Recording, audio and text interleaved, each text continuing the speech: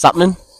Today I'm going to break down what the difference between a conversation between two people and what is felt like a monologue, where you're in that conversation mold dynamic with two people, but sometimes you feel that it's heavily one-sided, that where you're listening, or maybe you can't listen because this monologue is draining and the conversation is one-sided. You're getting all this information and you're not giving anything back.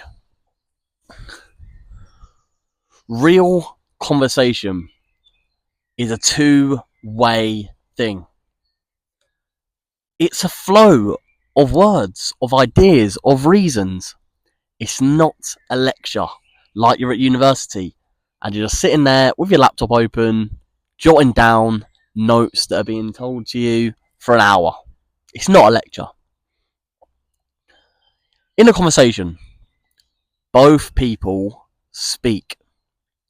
But I think the key point of a conversation is that in this conversation, both people are heard by one another.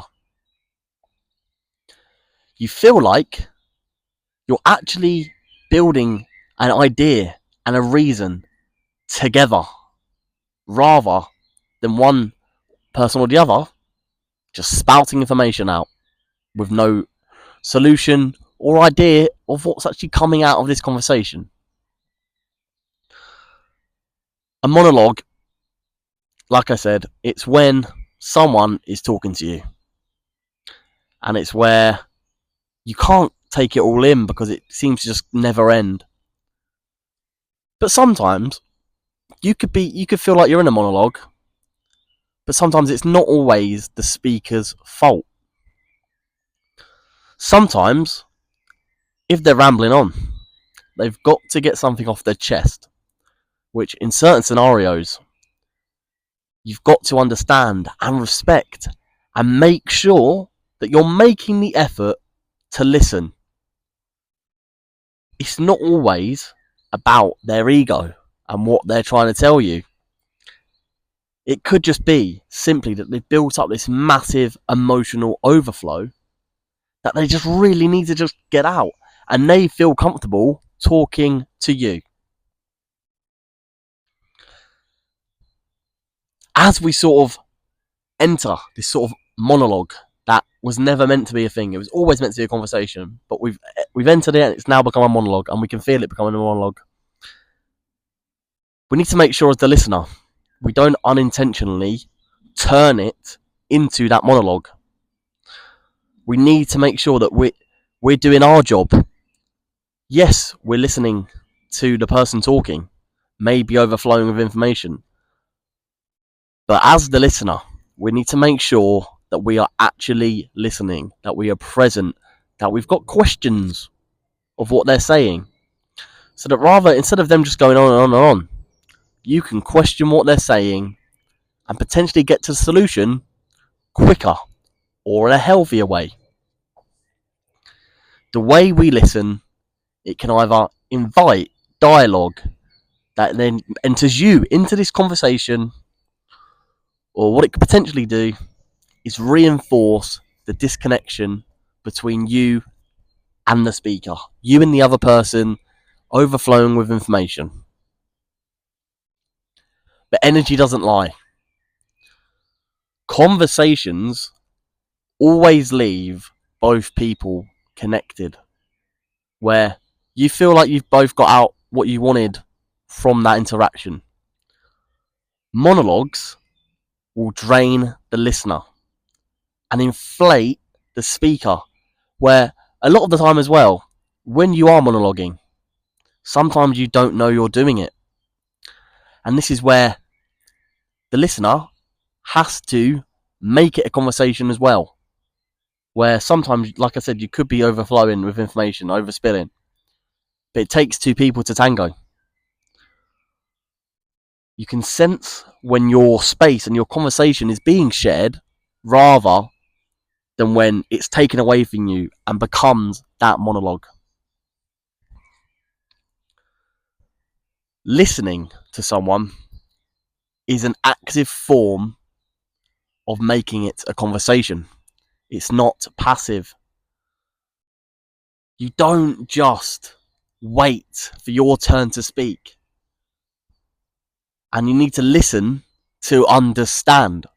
So sometimes they could be rambling on, but they could be getting to the important part that you're waiting to listen and understand to.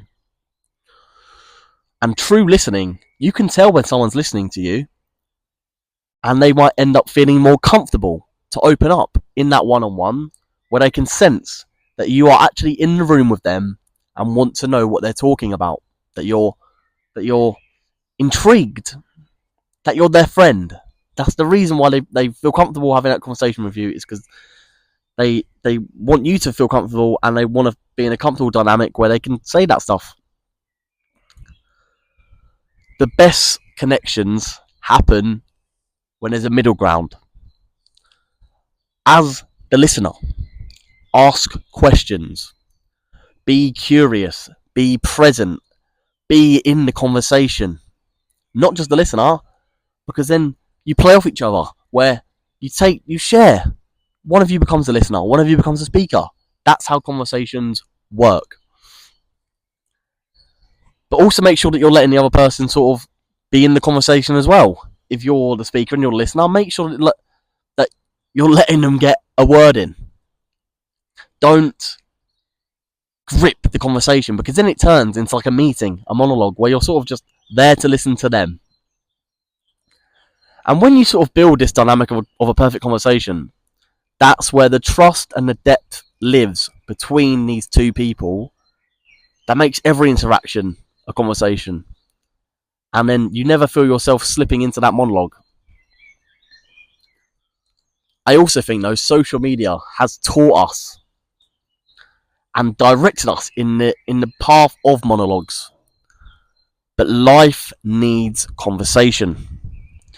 The algorithms reward speakers, not listeners. And that's just how it's becoming. A lot of people are doing solo projects where they're talking and they expect you to listen. And you could say that for this right now, but for me, I am aware that and hopeful that people will spark debates and comments on my videos where it's not just a one-way street, where it's like, listen to me, listen to what I'm saying. Because you don't have to. IRL, in real life, the people you talk to will remember how you made them feel. And it's completely different to how they make you feel on a video, in a lecture dynamic. When you're in that one-on-one, in that conversation, in that flow state, that's where you feel the most seen and heard. Sometimes you've got to take the mic off yourself. You've got to take it off me, and I've got to give it to you. I've got to let you tell me things where that I can listen, where instead of you just sort of listening to me every day, you've got to share the space to build as people and to get the most out of an interaction. Going back though to the monologues, they can be co-created. I've said you can unintentionally turn it into a monologue by the lack of effort of listening. And it can. The lack of engagement from a listener will silence that speaker, where they want to tell you something and they only want to tell you. And if you are not engaged, they will sense that disengagement and they want to talk to just you. And then if they are not comfortable talking to just you, then there's a potential that they will spiral. And it will massively form that disconnect between these two people. Even people that have sincere reasons for potentially falling into a monologue by accident, and they can ramble on. They're doing it because they don't feel heard in that scenario. As the speaker in a conversation, You need that emotional safety to sort of, you need the listener to talk back to you, so that you can get that pause in your own monologue to sort of reflect on what you've just said, and maybe go, wow, I went on there and I didn't mean it, but that was just the scenario I was in right now. And when you take that reflection, it invites the listener in, and vice versa. Your energy creates that space, that silence where you can have that conversation where you're both talking back and forth. But there'll be a point where you can just sit in silence, take it all in, and understand that in this small moment, silence was needed. Great conversations are not just spoken, they are felt. You leave that conversation, that interaction, and you go, I've learned something here about the other person, about a certain thing. And you come away from it as a better person because you listened and got involved and got engaged in this conversation as you was meant to.